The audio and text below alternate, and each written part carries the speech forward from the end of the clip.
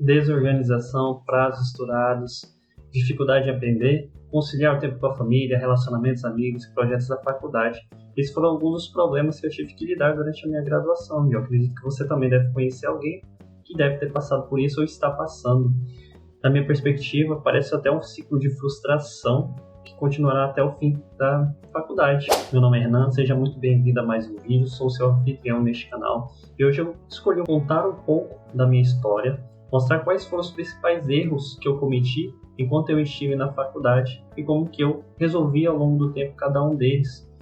E esses erros precisam ser corrigidos, porque isso pode consumir muito do nosso tempo útil. E ao longo do tempo, se a gente não corrige essa gestão de tempo, gestão de atividades, gestão de estudo, gestão de conhecimento, faz parecer que toda essa faculdade não vale para nada. Porém, eu quero te mostrar, eu quero que você perceba que a corrida da graduação ou de qualquer outro momento que você esteja focado nos estudos é uma corrida de resiliência. E existem formas de você facilitar este processo, a fim de facilitar todos aqueles problemas que eu pontuei anteriormente, tudo aquilo que faz parte da nossa realidade. E a gente faz isso através das ferramentas adequadas. Então hoje eu trouxe os principais erros que eu cometi durante a graduação, e eu quero começar contando um pouco da minha história logo no primeiro período, de notas baixas. Tinha muita dificuldade em resolver questões de cálculo, de física, de álgebra. Eu me sentia muito incapaz de continuar no curso e era muito desmotivador. E aí, ainda na metade do primeiro período, a gente está falando no iníciozinho da faculdade mesmo, eu, com esse desânimo constante, em um dado momento descobri o Urutau, era o design lá na faculdade, Escola Superior de Tecnologia, o EA, e achei interessante o conceito de eles trazerem um avião, achei legal. Era um calouro empolgado querendo aprender uma coisa nova, e no caso foi engenharia aeronáutica através do Urutau. Eu nem imaginava que seria aeronáutica, até que eu entrei lá e comecei a estudar. Então eu entrei lá com a ideia de que eu iria fazer alguma coisa que eu gostava de fazer. Era essa a ideia, eu tinha um interesse, era uma empolgação inicial e na minha cabeça eu ia gostar daquilo. Eu passei no processo seletivo, eu passei mesmo doente, tinha um pessoal até que não queria que eu entrasse, que reclamou depois, mas eu entrei lá, fiz o meu trabalho. E quando eu cheguei, eu entrei direto na área de aerodinâmica. E com o passar do tempo, no geral, assim, dos períodos agora, a gente sai do primeiro período, aquele momento que estava tudo embaçado, tudo desmotivado para mim, e expandi isso para toda a minha graduação. Na medida que o tempo passou, eu tive contato com as ferramentas de engenharia, não diretamente a partir do curso, mas a partir do Urutau, porque ferramentas de engenharia são aplicadas diretamente ali dentro. E na medida que eu tive contato com ferramentas de engenharia, como fazer um cronograma simples, fazer um plano do projeto, fazer a gestão de tempo, gestão de prazos, eu comecei a trazer isso para a minha vida pessoal. Porém, foi em 2019, quando eu me tornei capitão, fui eleito capitão do Urutau, que eu percebi que eu não poderia usar só o conhecimento técnico que eu aprendi ao longo dos anos anteriores para fazer a gestão da equipe. E aí eu comprei um curso, e o nome desse curso era de gestão financeira, pessoal, investimento, chamado Mestres do Capitalismo na época. Em um dado módulo ele falava sobre gestão de tempo. Quando eu peguei aquilo, estudei o que era apresentado, né, naquele curso, e ele apresentava sobre tempo, hábitos, comportamento, mentalidade. Isso mudou completamente a minha forma de me organizar. Comecei a valorizar o meu tempo. Então antes eu tinha que conciliar o Urutau e as provas. Eu não conciliava estudo para a prova, não estudava, as coisas iam acontecendo, eu gostava de participar do projeto e estudava as provas assim em cima da hora. Consequentemente, veio muitas reprovações e o Urutau era algo que eu realmente gostava e a faculdade estava lá como meio que um empecilho. Então, consequentemente, passei a dar mais atenção ao que de fato importava na minha vida. Como o Urutau, ele tinha uma perspectiva muito, eu gosto daqui, eu estou aprendendo uma coisa, a faculdade só está me pesando. Quando eu comecei a implementar ferramentas de gestão de tempo, entender mais ou menos como que a gente prioriza e toma as decisões na nossa vida, eu comecei a dar mais atenção àquilo que de fato importava e também otimizei meu tempo de estudos. Quando eu consegui juntar essas coisas, eu consegui me destravar no pior período da faculdade, que seria para mim, que era quando eu estava mais ou menos entre o quinto e o sétimo período, eu já não lembro muito bem. Mas quando eu implementei essas ferramentas, tudo mudou. Foi realmente o que chamo de virada de chave e eu consegui destravar o curso. mas até lá teve uma série de reprovações. E aqui eu vou trazer hoje esses principais erros. A gente acabou de ver um pouco da minha introdução, ou seja, eu sou um aluno normal, fui um aluno normal da graduação que teve suas dificuldades e eu era bem travado aqui. Eu vou trazer alguns dos meus erros. Primeiro erro, não delimitar a quantidade de horas específicas para estudo em cada matéria. E eu era design, eu, no geral, esquecia de fazer trabalhos, esquecia daquilo que eu tinha estudado em cada disciplina, simplesmente apagava as coisas. Elas simplesmente sumiam e eu não conseguia conciliar. O que eu fiz para resolver isso, meio que de forma inconsciente, usei o Pomodoro, uma ferramenta muito simples. O Pomodoro, ele parte do pressuposto que você sempre vai ter um tempo de descanso e um tempo de trabalho. Você passa 25 minutos estudando, 5 minutos descansando, 25 minutos estudando, 5 minutos descansando, 25 minutos estudando e depois mais 25 de um descanso longo. São descansos longos e curtos intercalados por um período de tempo. Isso foi fundamental para que eu tivesse uma noção de quanto que o tempo passa, como que eu posso organizar, quanto que eu posso quantificar a quantidade de ciclos de Pomodoro. E assim eu consegui, ao longo de uma semana, definir a quantidade de Pomodoros por matéria. Então a matéria tinha um grau de dificuldade que estava dentro da minha cabeça, definia uma quantidade de Pomodoros, de ciclos de Pomodoro semanais e diários destinados àquela disciplina. Dessa forma, fixando essa quantidade de horas, eu conseguia sempre estar em constante desenvolvimento pequeno para cada disciplina, para o design também. Isso me ajudou muito.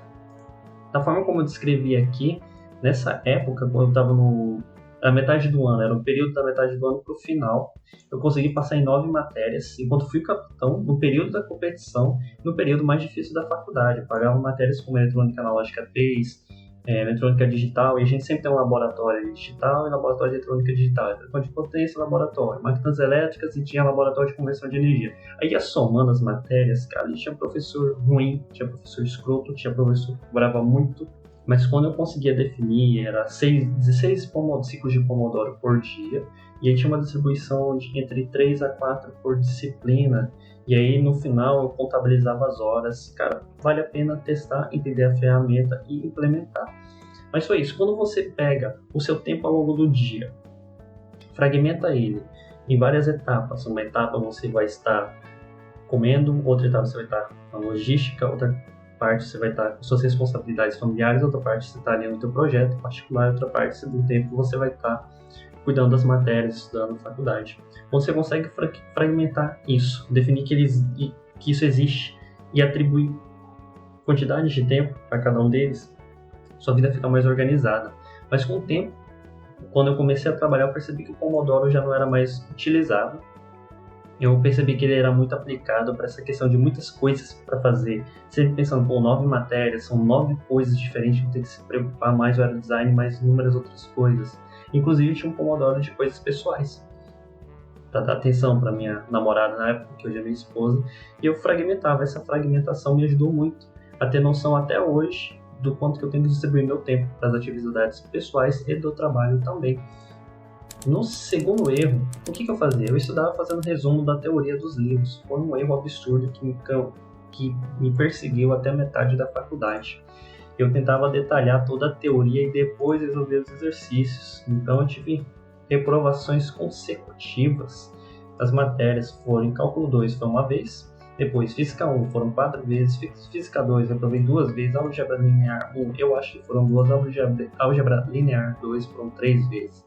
Era muita reprovação e, é claro, eu também conciliava com o brutal, que era o que eu gostava. Eu gostava de me entregar muito mais para o projeto do que me entregar para algo que não tinha um retorno profissional palpável. Mas, é claro, a graduação, a certificação te traz um retorno profissional, mas todo aquele conhecimento técnico excessivo, e já o professor finge que ensina e a gente finge que aprende. No geral, tinha muito disso. Tive ótimos professores, mas se eu fosse fazer uma avaliação geral de tudo que eu aprendi sobre engenharia, 90% deve ter vindo pelo brutal, pela competição como um todo também. A solução que eu tive foi estudar diretamente pelos exercícios resolvidos. Às vezes as pessoas querem ficar sabendo o porquê das coisas, desenvolver teorias, e era isso que eu tinha na minha cabeça. E eu já vi isso acontecer com alguns calouros do aerodesign. Eles me perguntaram, cara, qual que é o porquê disso? Qual que é o porquê dessa equação? Cara, tu calcula primeiro, e depois volta na teoria e vai entendendo aos poucos. Você primeiro vai para a prática, você não tem tempo para ficar destrinchando a teoria, senão o teórico que faz a modelagem das coisas. Então eu estudava diretamente os exercícios resolvidos, isso na metade da faculdade, ainda já tinha apanhado muito, já estava, acho que em sexto, sétimo período, e aí que eu me toquei, cara, eu vou pegar esses livros direto para o exercício resolvido. Eu lia o exercício, via uma palavra que eu não entendia, já voltava na teoria, lia a teoria, opa, beleza, voltava. E ficava nesse negócio de ir e voltar, da teoria, da prática, exercício resolvido e teoria. Ficava indo e voltando, até que eu entendia. Opa, entendi, beleza, matou isso daqui e ficava nesse processo. Ou seja, a teoria eu aprendia na medida que eu resolvia o exercício, o cálculo. Isso me ajudou a destravar bastante e poupar muito tempo, que é a prioridade do engenheiro também, poupar tempo, poupar curso, a gente vai comentando. Um outro acerto que eu tive era que, devido à minha incapacidade de abstração, eu tinha muita dificuldade em entender cálculos, visualizar a superfície, cálculo 2, 3, tem muito assim, desse negócio, pegar o triplo, contorno, e eu tinha muita dificuldade em abstrair, eu acho que essa técnica é abstração. Não precisava resolver muito exercício resolvido para poder entender, porque aquilo se tornasse muito mais mecânico da minha cabeça do que interpretativo. Eu não queria entender os cálculos, eu queria só aprender a resolver aquilo o mais rápido possível. E a segunda parte dessa solução foi usar o Wolfram Alpha. Eu comprei, era R$10 na época, 2017 ou 2018. Por aí eu comprei o Wolfram Alpha e me ajudou muito em passar em cálculo 2, 3 e tinha muita dificuldade em abstrair, resolver. Eu precisava de algo muito mais resolutivo do que interpretativo. Eu vi as equações, os exercícios propostos, né, agora, e eu não tinha capacidade de imaginar a resolução daquilo. Então eu tive que resolver tanto o exercício resolvido até que eu conseguisse tornar aquilo muito mais mecânico do que interpretativo, né? Eu via assim, eu não sabia para onde ir. Aí eu resolvi vários exercícios resolvidos e aí beleza, agora eu consegui entender e consigo resolver a maioria deles. Isso me ajudou bastante. Então, muito exercício resolvido e esse vínculo sempre do resolvido da teoria. Acho que me ajudou bastante. E depois você vai para os propostos e aí, cara, você deslancha. Eu espero que seja com você, da mesma forma como foi comigo. E aqui é como eu comento, né? Você vai focar muito mais tempo focando nos exercícios propostos e resolvidos do que entendendo a teoria. Teve uma disciplina chamada eletrônica de potência, que eu só passei, ela era bem difícil, o professor cobrava bastante, ele não te ensinava como não errar, era assim que o pessoal definia ele. E eu tive que repetir várias vezes os cálculos, e na prova final, minha prova chegou a ser usada como gabarito pelo professor. Então eu peguei, implementei esse método e resolvi várias vezes exercícios resolvidos, e cara, no final eu devo ter tirado entre 9,5 e 10. Terceiro erro, eu não documentava cada ponto e vírgula e procedimentos de softwares e dos procedimentos que estavam internos a esses softwares. Não somente isso, em algumas matérias a gente tem que documentar ou seguir algum passo a passo de resolução. Em um dado momento eu percebi que eu confiava muito na minha cabeça e não é o ideal. Na elétrica, por exemplo, nós fazemos muitos trabalhos de laboratório prático. Logo no início, quando a gente entra na engenharia elétrica, entra nas disciplinas práticas ou específicas, nós vamos muito para o laboratório. E nesses laboratórios práticos, era muito comum eu esquecer esse manuseio de multímetro, osciloscópio, funções básicas. O multímetro ele é bem tranquilo, dá pra gente aprender em pouco tempo. Mas o osciloscópio, chegava a fonte de tensão, cara, eu tinha dificuldade em entender como coloca um outro. Era realmente, eu não sabia qual era o procedimento. Coloca um cabo aqui, coloca o outro ali, conecta aqui, conecta ali. Eu não sabia. O osciloscópio pior ainda, porque não era somente um aparelho novo com várias funções diferentes. Nosso laboratório era um pouquinho ruim, então, cara, você tinha que descobrir qual era a ponta de prova, o cabo mais adequado, você tinha que descobrir se o canal do osciloscópio não tinha queimado, a gente sempre ia descobrindo e o professor, cara, era ruim, deixava a desejar. Qual que foi a solução que eu fui encontrar somente no laboratório de eletrônica de potência? Até aqui eu já tinha passado por 6 ou 7 matérias de laboratório, já tinha aprendido da pior forma. Eu não sei porquê, o quão difícil eu imaginava, ou não conseguia perceber que eu poderia simplesmente anotar o procedimento numa folha de papel. Eu não fazia isso. Solução, em laboratório de eletrônica de potência, quando eu percebi que eu corria um risco muito grande de reprovar e a disciplina era dada a partir de software, eu tirava foto de cada movimentação de mouse que o professor fazia, deixei tudo registrado, e aí quando chegou na época da prova, enquanto meus amigos estavam debatendo, pra onde que vai isso daqui, tal. Pô, eu tenho isso daqui todo documentado, dá pra ajudar o pessoal. E assim, eu posso reproduzir tudo. perfeito, me dei bem na matéria, consegui passar, com menos dificuldade que a matéria de eletrônica de potência, mas, cara, quando eu me preocupei minuciosamente em pegar cada uma das etapas, destravou por completo essa matéria. Quarto problema, não usar mapas mentais. Por que não usar mapas mentais? Cara, o mapa mental ele serve para você conseguir desfragmentar problemas, e às vezes quando você está trabalhando com uma teoria muito complexa, conceitos novos, que é no caso do aerodesign, pode ser que ele te ajude bastante. Como que eu estudava aerodesign até antes de descobrir os mapas mentais? Eu costumava imprimir as partes dos livros do aerodesign. Não é do aerodesign, da aeronáutica, que eram os conceituais. Então eu imprimia assim, por exemplo, sempre tinha o Miranda, a gente tinha impresso lá no laboratório. Aí tinha Stinton, tinha Boscan, tinha... Poxa, agora estão me fugindo os nomes dos autores. Eu imprimia, fazia uma apostilinha, tinha Gudmunds, também uma parte dele impressa, e eu estudando e escrevendo lá.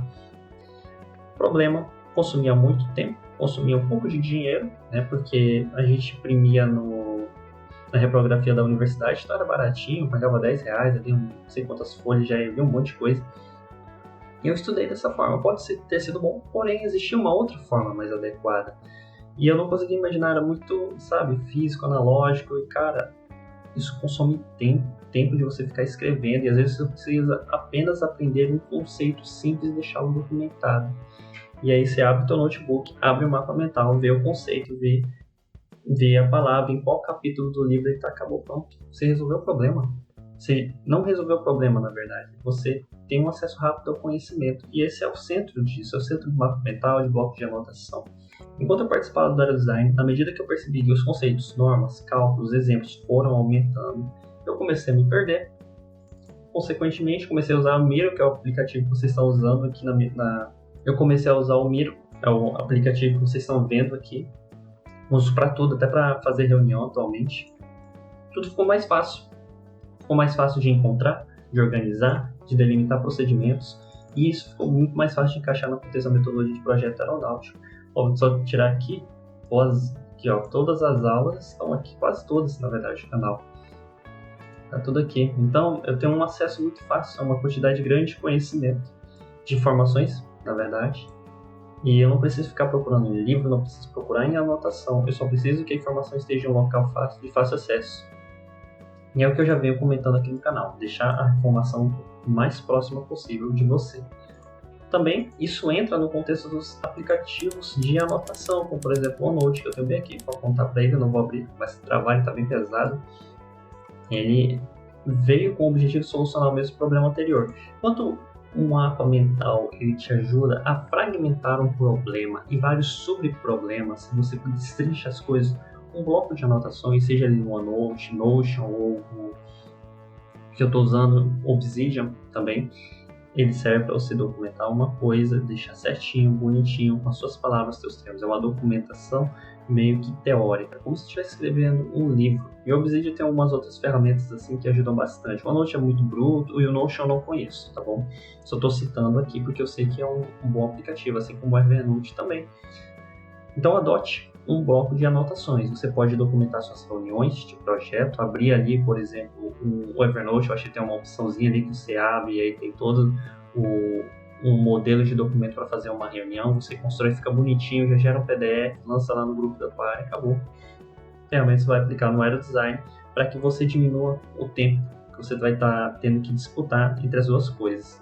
Conciliar, na verdade, entre a tua faculdade e o projeto de aerodesign. Algumas ferramentas são mais adequadas, o Miro, mapa mental e o OneNote, um bloco de anotações, são bem indicados ali para o aerodesign. Agora, quando você está lidando com muitas informações, no sentido de que você tem que aprender para fazer a prova, eu acredito que uma gestão de tempo e uma resolução de exercícios mais adequados, desenho de alguns mapas mentais como for necessário, vai ser adequado. É muito importante você conseguir distinguir quais ferramentas são mais adequadas para cada contexto. O último erro, não questionar tudo que o professor gostaria de ver nos trabalhos. Eu cometi muitas vezes esses erros, quase reprovei nas matérias específicas. E assim, o cara fala que a BNT para você, é só seguir a BNT, ele vai tirar alguma coisa que não é obrigatória para trabalho, ele vai tirar um glossário que era para ter uma lista de figuras que tu não sabia. Ele diz, a BNT, sabe? E quando o cara joga pra ti, isso aqui é BNT, introdução, conclusão, desenvolvimento, tá bom já, e beleza, referência também coloca. Aí quando chega lá, tu colocou a sua capa, e do nada tinha que ter lista de figuras, aí você tinha que ter o glossário, você tinha que ter a lista de símbolos, e do nada você tinha que ter a folha de rosto, você tinha que ter o resumo, e aí ele queria que fosse dividida a referência em bibliografia e referência, e obras consultadas. Então qual foi a solução? Questionar sobre padrões, modelos, gravar a explicação do professor, mesmo ele sem saber, grava o professor sem saber, cara, é sacanagem, mas alguns momentos vai ser necessário. Umas matérias de laboratório eu gravava o professor falando, já deixava ali do lado, não confiava que o cara ia só soltando informação. Não, deixa eu gravar aqui esse cara e tirar a dúvida dele depois escuta esse áudio. Então, assim, é uma batalha, né, nós contra eles. Você tem que usar a maior quantidade de informações possível e sempre questionando o professor, tem modelo desse trabalho, professor, que o senhor poderia passar pra gente? Tem algum padrão, assim, de trabalho que mais te agrada? Pensa nessas coisas, assim, tenta sempre reduzir a abstração do que ele tá mandando você fazer. Foram esses 5 erros que eu acho que, se eu tivesse ouvido uma dica de cada dessa no início da faculdade, teria feito muita diferença. Eu penso assim que teria sofrido menos, porém provavelmente eu passei por isso para que eu aprendesse que essas ferramentas são fundamentais. E qual foi o principal acerto?